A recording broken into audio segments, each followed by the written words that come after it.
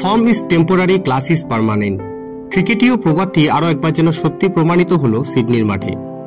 ভারত এবং অস্ট্রেলিয়ার মধ্যে তৃতীয় ওয়ানডেতে জ্বলে উঠলেন দুই মহাতারকা রোহিত শর্মা এবং বিরাট কোহলি। তাদের অনবদ্য ব্যাটিংয়ের দৌলতে অস্ট্রেলিয়াকে হারালো টিম ইন্ডিয়া, আর সেই সঙ্গে এড়ালো হোয়াইট ওয়াশের লজ্জাও। প্রথম দুই ম্যাচে হারের পর টি-20 সিরিজ শুরুর আগে এই জয় কিছুটা স্বস্তি এনে দিল ভারতীয় ড্রেসিং রুমে। সিরিজের শেষ ম্যাচে এদিন টস জিতে প্রথমে ব্যাট করার সিদ্ধান্ত নেয় অস্ট্রেলিয়া। তবে ভারতীয় বোলারদের সম্মিলিত আক্রমণে তারা মাত্র 236 রানে অল আউট হয়ে যায়। শুরুটা ভালো করলেও মিচেল মার্শ ও ট্রাভিস হেডের উইকেট হারানোর পর রানের গতি কমে আসে।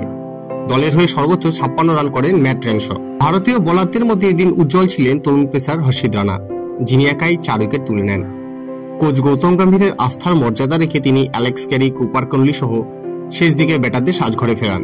এছাড়া ওয়াশিংটন সুন্দর গুরুত্বপূর্ণ ব্যাটসম্যান রেনশকে আউট করেন। মোহাম্মদ সিরাজ, অক্ষর প্যাটেল, কুলদীপ এবং প্রসিদ্ধ কৃষ্ণা একটি করে উইকেট পান।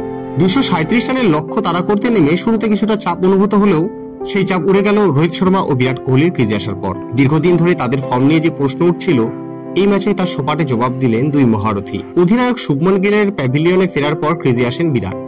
এরপর শুরু হয় দুই অভিজ্ঞ ক্রিকেটারের ব্যাটিং মাস্টার ক্লাস। রোহিত নিজের ক্যারিয়ারের 33তম ওয়ানডে 17 রানটি পূর্ণ করেন।